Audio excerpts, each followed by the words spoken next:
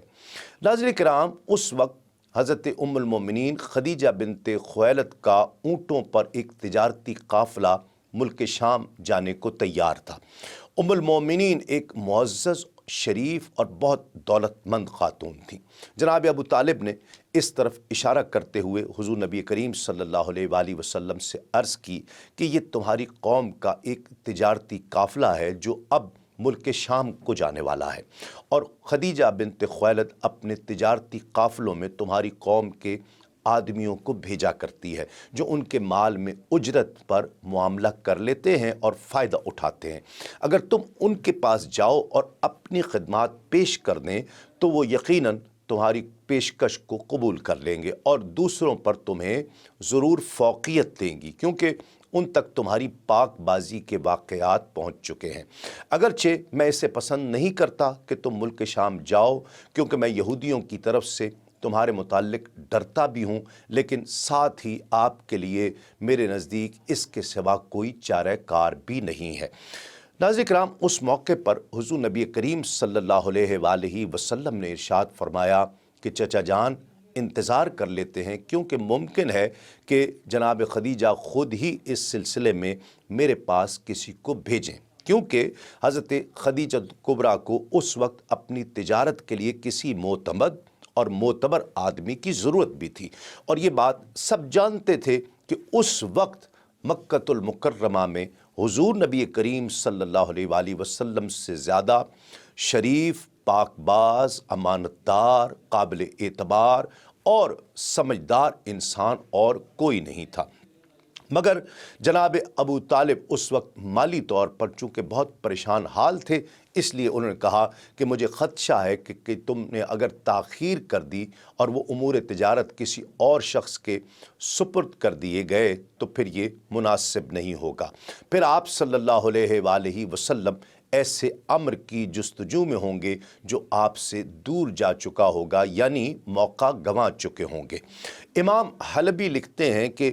حضور نبی کریم صلی اللہ علیہ وآلہ وسلم کو اس موقع پر اطمینان تھا کہ حضرت خدیجہ خود ہی آپ صلی اللہ علیہ وآلہ وسلم کو بلوائیں گی، اسی لیے آپ صلی اللہ علیہ وآلہ وسلم نے چچا کو اس بات کا کوئی جواب اس وقت نہیں دیا۔ اس کے بعد جناب ابو طالب آپ صلی اللہ علیہ وآلہ وسلم کے پاس سے اٹھ گئے۔ اتفاق دیکھیے کہ حضرت خدیجۃ الکبریٰ کو کسی ذریعے سے وہ گفتگو معلوم ہو گئی جو حضور نبی کریم صلی اللہ علیہ وآلہ وسلم سے جناب ابو طالب نے کی تھی۔ انہوں نے یہ خبر سن کر کہا کہ مجھے معلوم نہیں تھا کہ ان کا ایسا ارادہ ہے۔ اس کے بعد انہوں نے رسول اللہ صلی اللہ علیہ وآلہ وسلم سے عرض کی اور انہیں بلا بھیجا۔ آپ صلی اللہ علیہ وآلہ وسلم سے عرض کی کہ میں نے آپ کی سچائی، امانت داری اور نیک اخلاق سے متعلق سنا ہے، اور اسی وجہ سے میں نے آپ صلی اللہ علیہ وآلہ وسلم کو بلایا ہے۔ میں آپ کو تجارت کے لیے اس اجرت کا دگنا دوں گی جو میں آپ کی قوم کے دوسرے آدمی کو دیا کرتی ہوں۔ حضور نبی کریم صلی اللہ علیہ وآلہ وسلم نے اس کو منظور فرما لیا۔ پھر آپ اپنے چچا جناب ابو طالب سے ملے اور ان کو یہ ساری بات بتلا دی۔ ظاہر ہے کہ خوش ہو کر جناب ابو طالب نے فرمایا کہ بیٹا، یقیناً یہ روزی اللہ رب العزت نے تمہارے لیے پیدا فرمائی ہے۔ جبکہ امام حلبی کی ہی ایک اور روایت میں ہے کہ جناب ابو طالب خود پاک بی بی حضرت خدیجۃ الکبریٰ کے پاس آئے تھے اور ان سے کہا تھا کہ کیا آپ اپنی تجارت کے سلسلے میں میرے فرزند محمد صلی اللہ علیہ وآلہ وسلم کی خدمات حاصل کرنا پسند کریں گی؟ ہم نے سنا ہے کہ آپ نے فلاں شخص سے 2 جوان اونٹنیوں کے معاوضے میں کاروبار کا معاملہ طے کیا ہے، مگر ہم محمد صلی اللہ علیہ وآلہ وسلم کے لیے 4 اونٹنیوں سے کم کے معاوضے پر راضی نہیں ہوں گے۔ ام المومنین حضرت خدیجۃ الکبریٰ نے جواب دیا کہ اے سردار قریش، اگر آپ کسی بیگانے اور برے آدمی کے لیے اتنا معاوضہ طلب کرتے تب بھی آپ کو میں انکار نہیں کرتی، اور اب جب کہ آپ ہمارے اپنے اور قریبی آدمی کے لیے کہہ رہے ہیں تو آپ کو کیسے انکار کیا جا سکتا ہے۔ اس طرح ناظرین کرام جناب محمد مصطفیٰ صلی اللہ علیہ وآلہ وسلم اور ام المومنین حضرت خدیجۃ الکبریٰ کے درمیان تعارف ہو گیا۔ امام ابن کثیر لکھتے ہیں کہ رسول اللہ صلی اللہ علیہ وآلہ وسلم کی حضرت خدیجۃ الکبریٰ کے خاص غلام میسرہ کے ساتھ ملک شام کی طرف روانگی کے وقت حضرت خدیجۃ الکبریٰ نے حکم دیا تھا کہ اے میسرہ، ان کی یعنی محمد صلی اللہ علیہ وآلہ وسلم کی کسی بھی معاملے میں نافرمانی مت کرنا اور ان کی رائے سے کبھی اختلاف نہ کرنا، جو یہ کہیں وہ ماننا۔ ادھر قافلے کی روانگی کے وقت حضور نبی کریم صلی اللہ علیہ وآلہ وسلم کے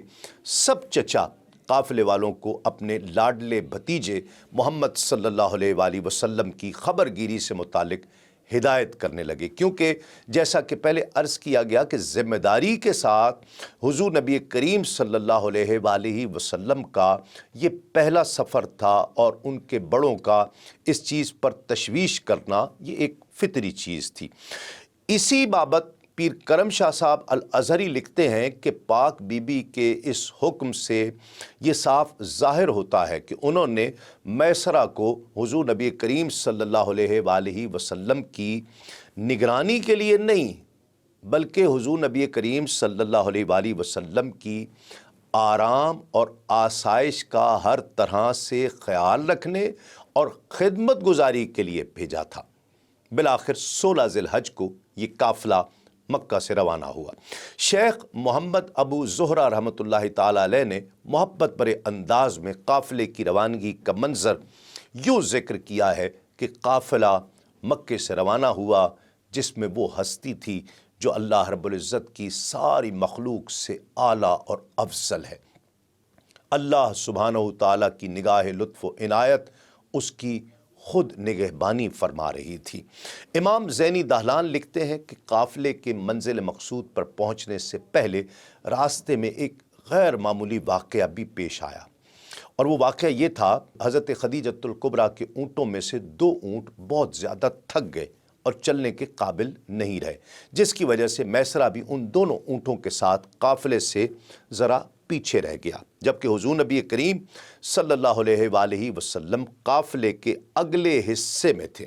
یہاں یہ ذکر ضروری ہے کہ تجارتی قافلے کئی 100 اونٹوں یا خچروں یا گدھوں پر مشتمل ہوا کرتے تھے اور قطار در قطار چلتے تھے، اور آخری اونٹ کے درمیان اور پہلے اور آخری اونٹ کے درمیان بہت زیادہ فاصلہ ہوا کرتا تھا۔ بہرحال ناظرین کرام، میسرہ کو اپنے اور ان دونوں اونٹوں سے متعلق فکر ہوئی کہ جو پیچھے رہ گئے تھے، اس لیے وہ بھاگتا ہوا قافلے کے اگلے حصے میں پہنچا